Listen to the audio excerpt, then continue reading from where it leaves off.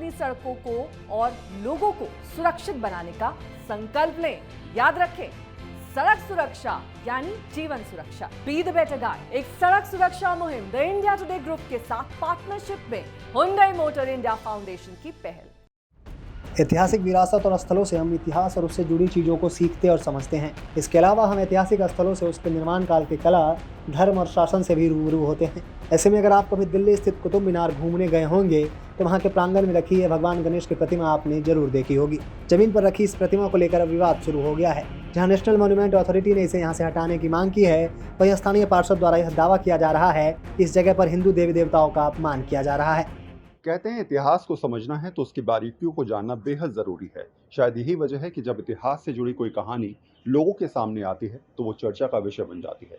कुतुब मीनार परिसर में मैं हूँ। कुतुब मीनार के ठीक सामने आप देखेंगे तो यहाँ पर गणेश प्रतिमा है, जिसको लेकर एनएमए यानी कि नेशनल मॉन्यूमेंट अथॉरिटी ने फिलहाल एएसआई को पत्र लिखा और पत्र लिखकर इस बात का जिक्र किया कि आखिर ये प्रतिमा जो अपने आप में विशिष्ट है, गणेश जी की प्रतिमा जो कहा जा रहा है कि 9वीं या 10वीं शताब्दी की है, इस प्रतिमा को इस जगह पर क्यों रखा गया है। आखिर क्यों ना इसको विशिष्ट स्थान दिया जाए, क्यों नहीं इसको राष्ट्रीय संग्रहालय में भेजा जाए और नेशनल म्यूजियम के अलावा अगर कोई और जगह है तो वहाँ भी इस प्रतिमा को रखा जा सकता है। ये बात स्पष्ट है कि एनएमए और एएसआई दोनों की दोनों कल्चर मिनिस्ट्री के अंडर आती हैं और दोनों को ये फैसला करना होगा कि आखिर इस प्रतिमा को लेकर आने वाले दिनों में क्या विचार किया जाए या फिर नहीं। लेकिन हाँ, ये बात ज़रूर है कि इस प्रतिमा के इतिहास को लेकर या इसकी विशेषताओं को लेकर या इसके बारे में जानकारी को लेकर अब फिलहाल एनएमए चाहता है कि एएसआई इस पूरे मामले पर विचार कर इसको विशिष्ट स्थान दे, या तो नेशनल म्यूजियम में या फिर कोई और जगह चिन्हित किया जाए, जिससे तमाम लोग आकर इसकी प्रतिमा की स्थिति और इसकी उपस्थिति और साथ में इसकी विशेषताएं समझ सके। दरअसल नेशनल मॉन्यूमेंट अथॉरिटी के चीफ तरुण विजय ने आर्कियोलॉजिकल सर्वे ऑफ इंडिया को एक पत्र लिखा कि कुतुब मीनार में स्थित भगवान गणेश की इस प्रतिमा को हिंदू आस्था को ध्यान में रखते हुए सही स्थान मिले और इसे राष्ट्रीय संग्रहालय में जगह दिया जाए। इसके अलावा कुछ ऐतिहासिक सलाहकारों और इतिहासकारों का यह भी कहना है कि कुतुब मीनार में मिले अवशेषों के लिए परिसर में ही संग्रहालय बनाकर प्रतिमा को वहां पर रखा जाए। 9वीं शताब्दी में प्रतिहार कालीन जो मूर्ति शिल्प होता था उस समय का, उसकी कला का एक उदाहरण है और ये काफी टूटी हुई स्थिति में है। ये भी एक ज्ञात तथ्य है कि इस परिसर को एक बहुत बड़ा मंदिरों का समूह था, जिसको तोड़ करके यहाँ पर जितने भी मॉन्यूमेंट्स जो आज दिख रहे हैं वो बने हुए हैं। और कुछ तो ऐसे भी शिलाखंड वहां पड़े हैं जिसमें एक तरफ हिंदू देवी देवता हैं, उसके दूसरी तरफ उर्दू कलमा लिखा है। तो ये इस बात का प्रमाण है कि वहां पे जितने भी शिलाखंड पड़े हुए हैं उन सबको सम्मानजनक स्थान देना ही चाहिए, क्योंकि इतिहास या इतिहासकारों का काम है कि जो है जैसा है उसको उसी रूप में कहा जाना चाहिए।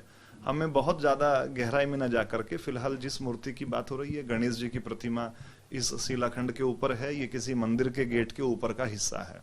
यानी कि जो मंदिर की चौखट हुआ करती थी पत्थर की, उसमें जो ऊपर मस्तक के ऊपर का जो शिलाखंड है उसका हिस्सा है, उसमें गणेश जी की प्रतिमा।